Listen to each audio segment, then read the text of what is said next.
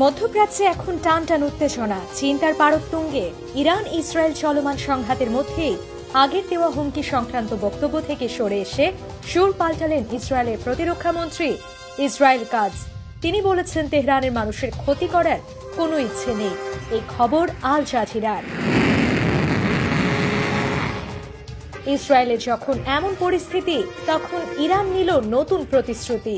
চলমান হামলার মধ্যে ইসরায়েলকে নরক দেখানোর হুঁশিয়ারি দিয়েছেন দেশটির পার্লামেন্ট স্পিকার মোহাম্মদ বাকির গালিবাফ।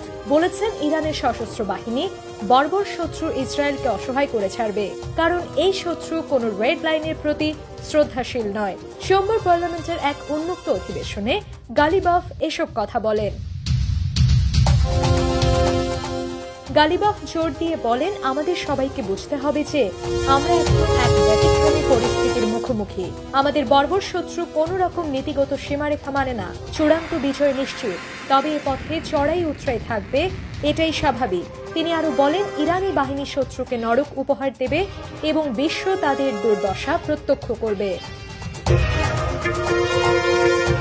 সোমবার এক্সে দেওয়া এক বিবৃতিতে ইসরায়েলের প্রতিরক্ষা মন্ত্রী কাজ বলেন, আমি সুস্পষ্টভাবে জানাতে চাই, আমরা তেহরানের বাসিন্দাদের শারীরিকভাবে ক্ষতি করতে চাই না, যেমন ওই খুনি স্বৈরশাসক ইসরায়েলের নাগরিকদের ক্ষতি করে।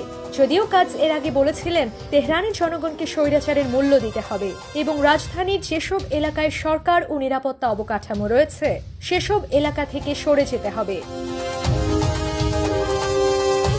মেহর নিউজ এজেন্সির বরাত দিয়ে পার্স টুডে জানিয়েছে, ইসরায়েলি নিরাপত্তা ও সামরিক বিশেষজ্ঞ ইয়োসি সেলমান ইসরায়েলি নেতাদের পরামর্শ দিয়েছেন যে তারা যেন তেহরানের কাছে যুদ্ধবিরতি ভিক্ষা চাওয়ার আগে এই উন্মাদনা বন্ধ করে। মেলম্যান বলেন, যদি পরিস্থিতি এভাবে চলতে থাকে, অবশেষে ইসরায়েল ইরানের কাছে যুদ্ধবিরতি ভিক্ষা চাইতে বাধ্য হবে। ইরানের পারমাণবিক কর্মসূচিকে ধূলিসাৎ করার যে স্বপ্ন দেখছে ইসরায়েল, তা অনেকটাই মান হওয়ার পথে। মজার ব্যাপার হচ্ছে, ইসরায়েলের সামরিক হামলার মধ্যেও ইরান তার শান্তিপূর্ণ পারমাণবিক কর্মসূচি অব্যাহত রেখেছে বলে জানিয়েছেন দেশটির পররাষ্ট্র মন্ত্রণালয়ের মুখপাত্র ইসমাইল বাঘাই।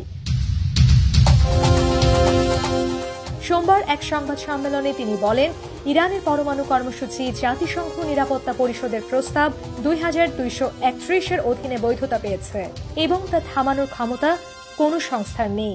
2231 এর অধীনে বৈধতা পেয়েছে এবং তা থামানোর ক্ষমতা কোনো সংস্থার নেই। ইসরায়েলের ইরান যুদ্ধের আড়ালে জমে উঠেছে এক ঘৃণ্য কূটনৈতিক খেলা।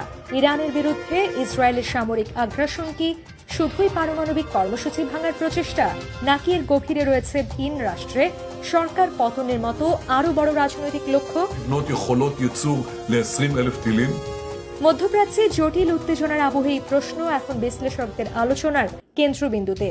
যুক্তরাষ্ট্র ভিত্তিক গবেষণা প্রতিষ্ঠান মিডল ইস্ট ইনস্টিটিউট আয়োজিত আলোচনায় সামরিক ও রাজনৈতিক বিশ্লেষকদের আশঙ্কা, ইসরায়েলের কৌশলগত আক্রমণ শুধু প্রতিক্রিয়া নয়, বরং তা হতে পারে একটি দীর্ঘমেয়াদী পরিকল্পনার অংশ, যার চূড়ান্ত লক্ষ্য হল ইরানের শাসন ব্যবস্থার আমূল পরিবর্তন। শুক্রবার তেহরান এবং ইরানের বেশ কয়েকটি শহরে ইসরায়েলি হামলায় বেশ কয়েকজন সামরিক কমান্ডার, বিজ্ঞানী এবং বেসামরিক নাগরিক নিহত হন। এই আগ্রাসনের প্রতিক্রিয়ায় ইরান শুক্রবার সন্ধ্যা থেকে ইসরায়েলের বিভিন্ন এলাকায় আক্রমণ শুরু করেছে।